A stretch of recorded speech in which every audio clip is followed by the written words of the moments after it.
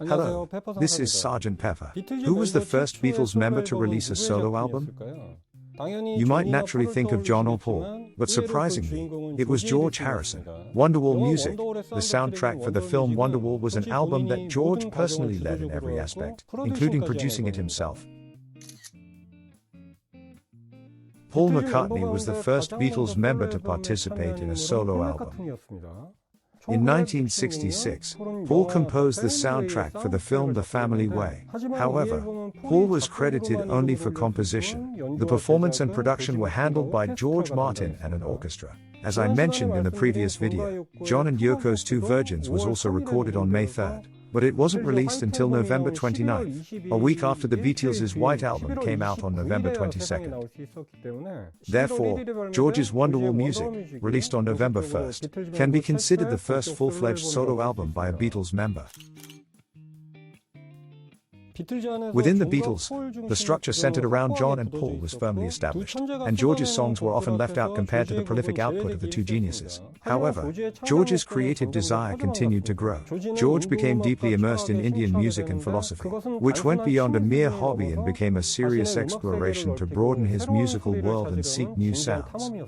Since 1966, George had steadily devoted himself to Indian classical music, developing a distinct musical identity separate from the band's main songwriters John and Paul, and this desire was fully reflected in the album Wonderwall Music. George Harrison's involvement in creating the music for Wonderwall came by chance. Originally, director Joe Musso intended to assign the film's music to the Bee Gees, but scheduling issues prevented this, leading George to accept the project in October 1967. George recalled the time as follows: "He asked me if I would do the music, but I told him I didn't write music for films. Then he said that whatever I gave him, he would use." Wonderwall Music was recorded between November 1967 and February 1968 in the UK and India. During the London sessions, Eric Clapton and Ringo Starr also participated under pseudonyms and recorded in Bombay with the country's top local musicians. Wonderwall Music was an experimental work blending Eastern and Western, traditional and modern sounds. He employed lesser-known India instruments such as Shehnai, sarod, santoor, and 10 others. He also incorporated psychedelic rock, experimental sounds, and various Western musical elements such as country and ragtime. Critics praised the album as a pioneering work of world music, and to introduce just one particularly impressive example, DJ Pangburn noted that, as a non-vocal soundtrack, this album is often overlooked, yet contains individual pieces that show Harrison to be every bit the psychedelic equal of Lennon, and an astute musicologist and modern-day interpreter, surpassing even McCartney. The Liverpool-based group the Remo Four also participated in the recording sessions for Wonderwall Music. The Remo Four had previously served as a support band during the Beatles' 1964 tour. However, they later failed to achieve commercial success and had lost their recording contract.